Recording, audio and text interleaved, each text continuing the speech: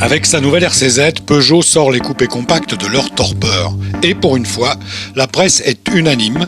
Côté style, c'est une réussite. Cette déclinaison de la 308 ne manque pas d'allure, mais sa concurrente directe, à savoir l'Audi TT, non plus. Leur robe distinguée contraste quelque peu avec leur mécanique roturière, car nous avons confronté les variantes turbo-diesel. Cela donne 170 chevaux pour l'Audi, un petit avantage sur les 163 de la Peugeot. Avec sa gueule béante et ses bossages sur le toit, encadrés par des arches en aluminium, la RCZ a vraiment du chien. En revanche, la planche de bord, reprise quasiment trait pour trait de la 308, manque d'originalité. On se console avec une position de conduite basse qui confirme l'impression de ne pas être à bord de la voiture de Monsieur Tout-le-Monde, tout en regrettant la qualité de certains plastiques qui ne sont pas au meilleur niveau. En comparaison, l'Audi apparaît plus classique. Depuis 2006, sa ligne n'a pas pris une ride et le menu restylage de l'été 2010 n'y change rien.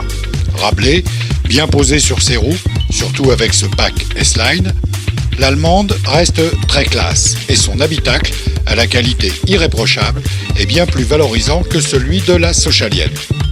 Ce cockpit confiné donne vraiment envie d'enchaîner les virages. Sur les routes sinueuses, la RCZ se transforme en véritable ventouse. Très équilibrée, elle enchaîne avec maestria toutes les courbes qui se présentent, serrées ou rapides, tout lui réussit, avec efficacité et facilité, si bien qu'on se prend vite pour un pilote. Bien aidée par le couple du HDI, disponible dès les plus bas régimes, la Peugeot distance sans sourciller l'Audi. Cette dernière, avec sa puissance supérieure et sa transmission intégrale Quattro, dispose pourtant de bons gènes, mais son amortissement pêche sur route bosselée.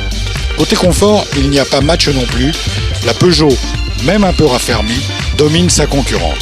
La qualité de ses sièges et de la sonorisation la rend même reposante à conduire.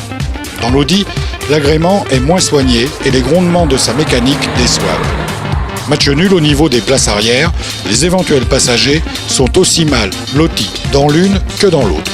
Mais la RCZ offre une malle bien plus grande. Au point, le coupé Peugeot domine donc assez facilement son sujet.